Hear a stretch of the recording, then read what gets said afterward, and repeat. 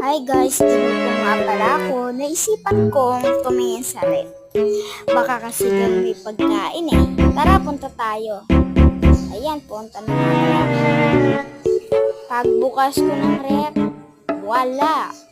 Ulam lang ang meron guys. Ay, nakita ko dito mga tasa ng lugaw. Kasi yung malamig na eh.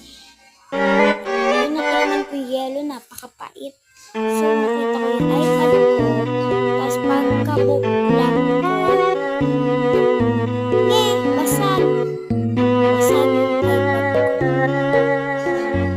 Isang wait lang, Very kasi ako kay Maya pag nalaman nito. Charot, basag yung iPad ko. Bigla ako nagulat, ba't nandun yung sarili ko. Yan, tatabi ko na mamaya.